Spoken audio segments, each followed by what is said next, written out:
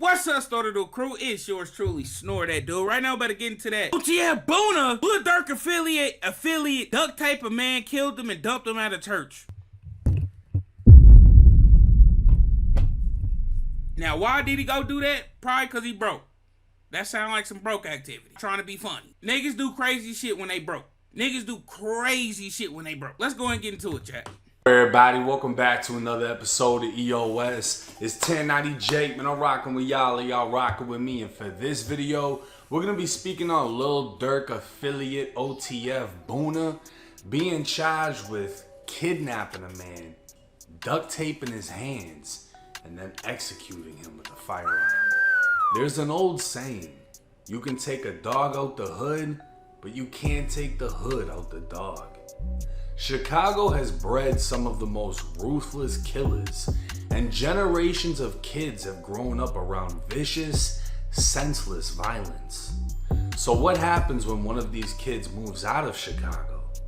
You'd think it would save them, but No! the reality is, hurt people Absolutely not. hurt people, and some people are just too far gone.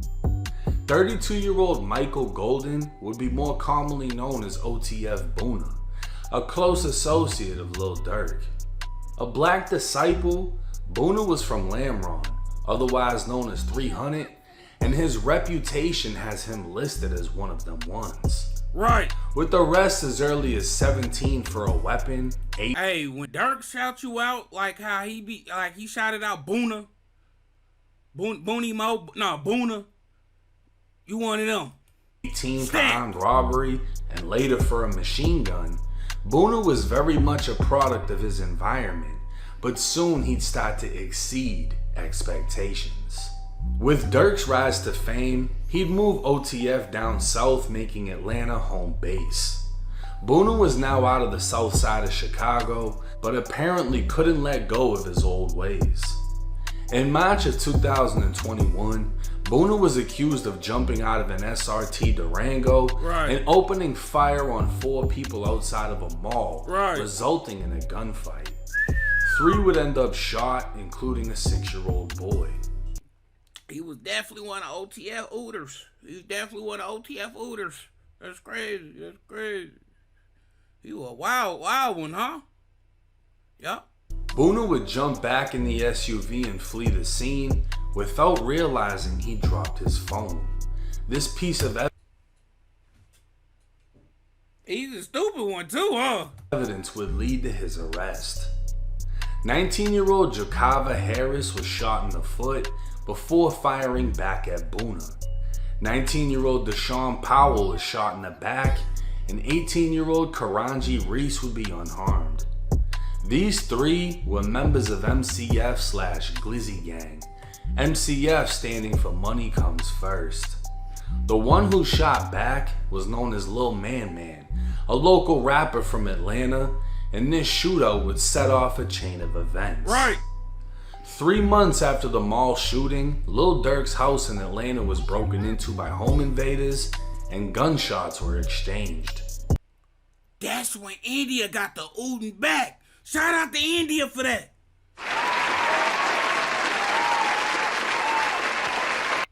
She.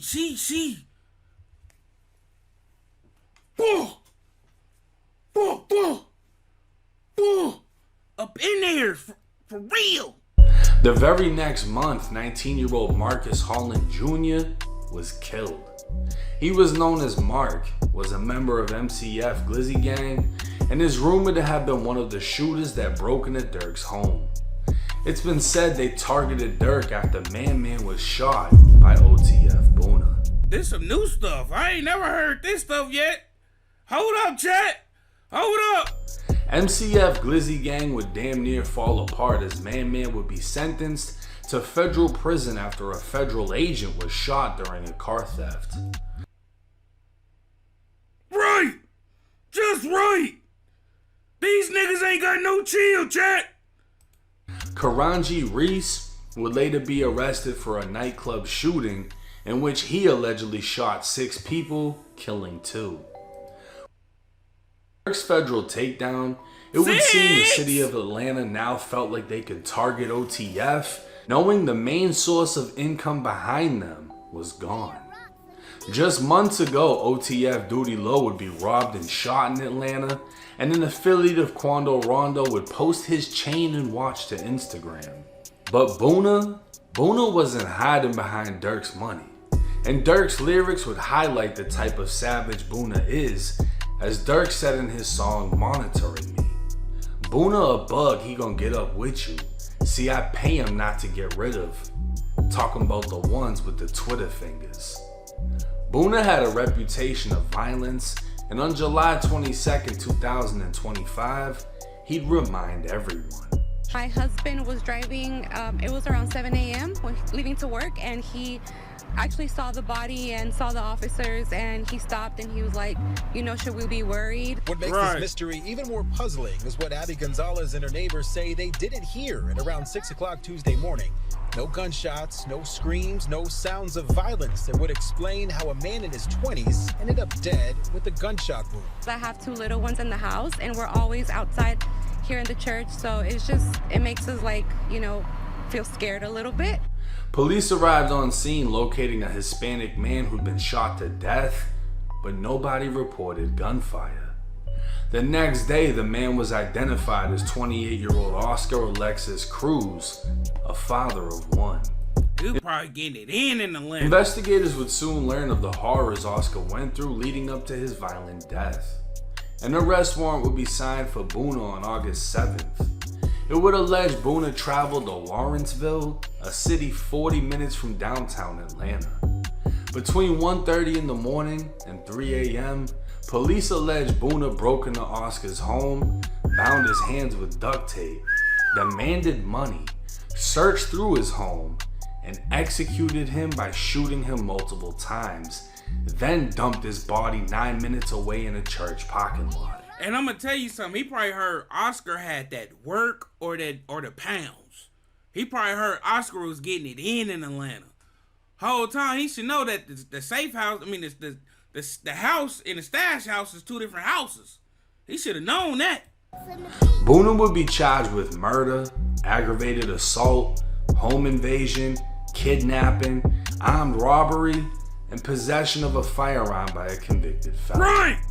Escaping the city of Chicago and moving to Atlanta for a new start, OTF Boona is just Boona without Durk. The fame, the fortune, was sitting inside of a federal facility, while Boona was left to fend for himself and revert back to the old him.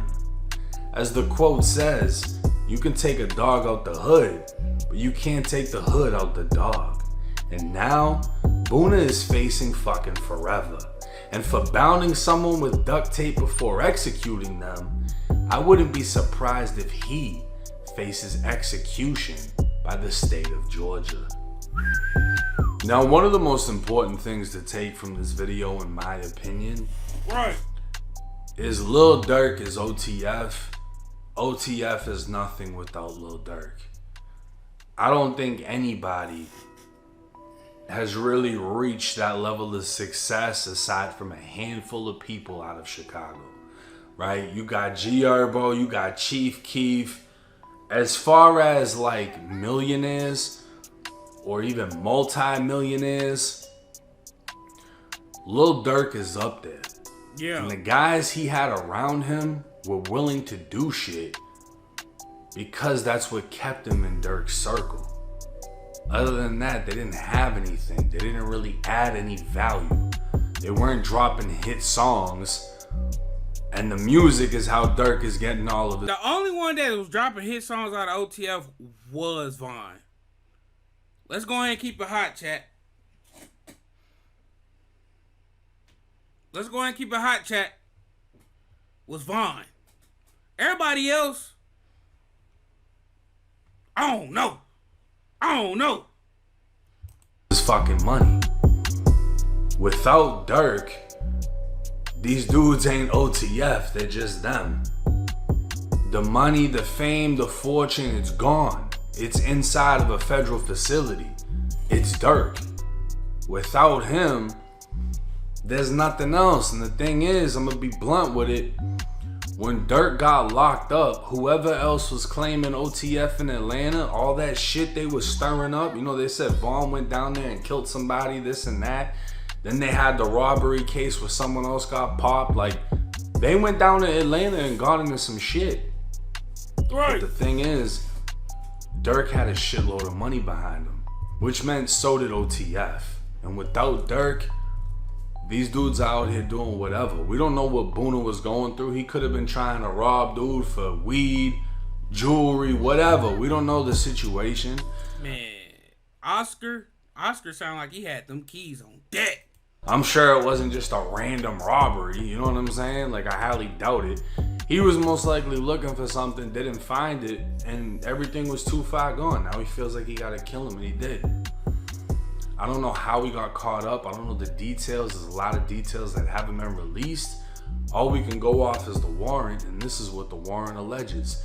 He broke into the crib, tied him up with fucking duct tape, searched through his shit, threatened him, kidnapped him, shot him to death, and dumped him in a church parking lot where he got found by a neighbor at 6 in the morning. Right. And you know, the realization sets in when you see people that were once with a multi-millionaire traveling the world, being up on stage with him, now doing desperate crash out shit like this.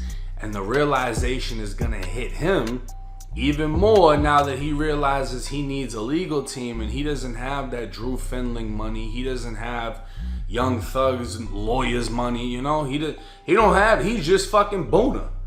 What does he have? The fact that he went and allegedly did something like this shows you he doesn't have much.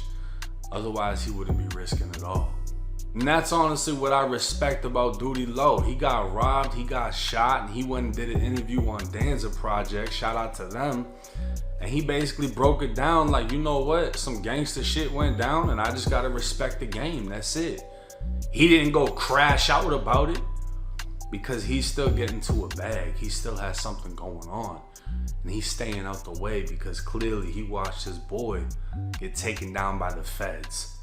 And obviously nobody wants to go out like that. So I hope... Now clap it up. I'm gonna tell you, Boona, he worked hard to get to where he's at, man. He worked hard. He had to find Oscar. He had to go to Oscar's house. He had to search through Oscar's house. Clap it up. Clap it up.